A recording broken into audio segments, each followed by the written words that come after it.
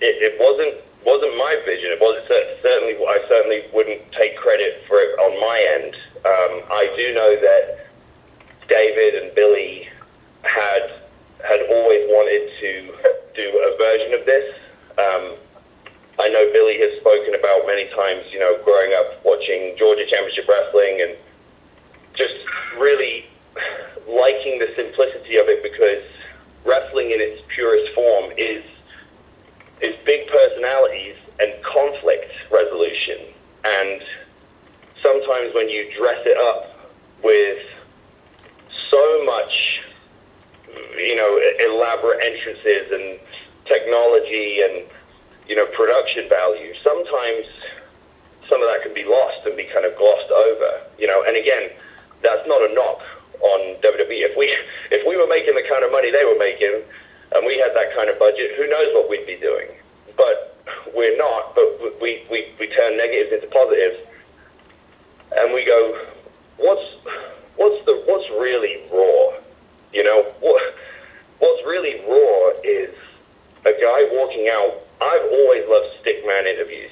Like, if you go back and look at my run in TNA as the world champion, when I started to have a bit of say and a bit of influence over what I did, one of the things that I often tried to do was to do stickman interviews with Jeremy Borash, because I've always worked better bouncing off someone, because to me, real promos are a conversation with the audience. And so when it comes to what's the really raw, bare bones element of the business, it's guys who can speak in a way that most people cannot. The ability to walk out and look down the lens and rip off like a 2-minute line, 2-minute promo that makes everybody go, wow, what the hell did he say? And then, and then sell tickets off the back of it, and then have conflict, and then, move on from there. And we've assembled a team that can do that so well, and like, we're proving to everyone. A lot of people are going, wow, this is so different, but it's really just what's old is new again. Sounds good. Thank you for the time. We had a call from Sean from Fightful. Sean, you're up. Hey, Nick, thanks for taking the time. We've seen you defend the NWA World Heavyweight title in other promotions, on television, and the sort in the past, but since NWA Powerrr, we haven't seen that on television. I know it's happened at some other events. Is that something that the NWA and yourself are still open to, despite the fact that NWA Powerrr is its own thing now? Absolutely. It's really more about creating the build and making sure that when the title's defended, that especially if it's going to be somewhere that's broadcast, it needs to be presented in a fashion that matches the value that we've placed back in the championship, and that the history of the championship has given us in the first place. You can't buy the legacy, that the NWA Championship has. You can create new titles all you want, and you can have fancy belts, and you can have any sort of number of gimmicks attached to a championship, but our main asset is the 10 pounds of gold, and it's the men who've held it before me.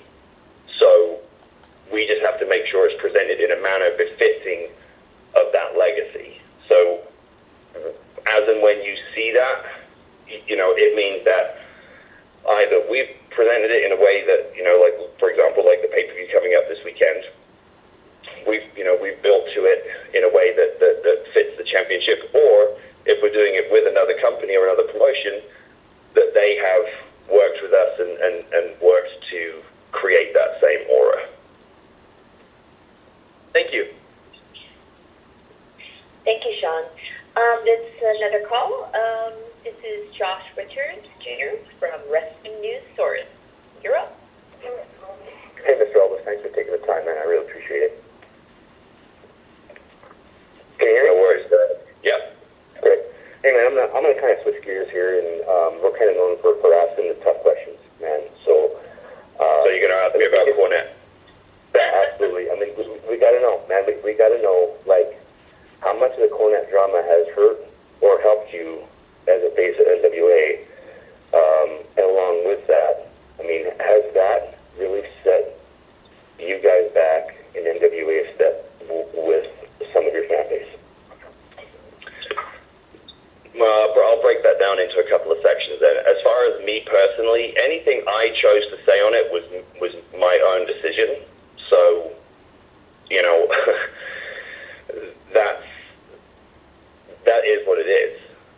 Like I said, I was very careful about the words I chose, and I stand by them. And again, you can go back and look at, I've written articles, I published one on Flag Sports, and I have, you know, given interviews where I have strongly defended Jim, you know, when people were accusing him of making homophobic comments, because they weren't homophobic. He was criticizing someone's act, and I said, you can differ, you know, on it. You can have a difference of opinion with Jim, but you can't hurl accusations at him for stuff that isn't there. That's not fair. But when you make a faux pas like that, you know, it's not up to me to decide what's acceptable and what isn't. It's not up to me to decide who's offended and who's not, and it's certainly not up to me to decide who's allowed to be offended by something and who isn't. Ultimately, my words, my opinion on the subject was purely in the thinking of the boys and thinking of the talent. Because if you have a show like that one, where Trevor Murdoch steps into the light and reminds everybody that he's a player, and Melina debuts, and all everybody's talking about is a controversial line from a controversial commentator who has a controversial podcast, that's a problem to me. And that's all there is to it. And like I said, Jim was a hugely valuable resource to us. And I would consult with Jim for advice because he's an encyclopedia of the business. It's just unfortunate that he made a faux pas and refused to own it. And it kind of, you know, for me, it's like I said, it's not the reason that I want the NWA to be trending. And nobody has worked harder than me or David Lagana to make this company what it is. And we don't want things to be distracting from that just because some guy wants to be controversial. So really what it comes down to is, hey man, if that's what you want to do, like, how about it? Go do your podcast and we'll move in another direction, because like we just don't need that distraction. And is that the part when you're talking about, you know, you stated a few minutes ago that NWA is full of seething professionals? I mean, is that what it comes down to? The basis of this is being professional 24/7 when you're part of the NWA.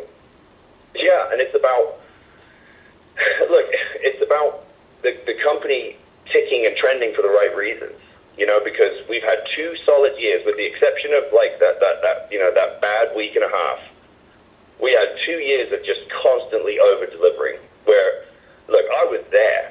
Yeah, I saw the comments from many publications, some of whom may even be on this call. I don't know, who speculate like, oh, is this Billy Corgan bought the NWA? What the hell? What's he doing? Oh, and there was all the snickering and all the back talk and all the kind of sideways comments, and then they went, oh, and they're going with Nick Aldis, and then, fast forward a year later, I'm stood in the ring in the true main event of the most talked about show of 2018, and when we built on that momentum, you know, I defended the title on 4 different continents. I mean, I wrestled in a building that was like below freezing one day. I mean, I've wrestled all over the world, taken bumps all over the world to make people give a shit about this championship again.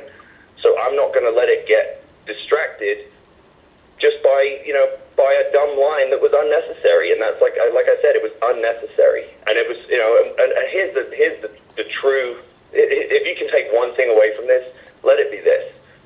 I guarantee you, all of you listening, I guarantee you that after this weekend and after Tuesday and our new season of NWA Powerrr starts, nobody will be talking about this shit again.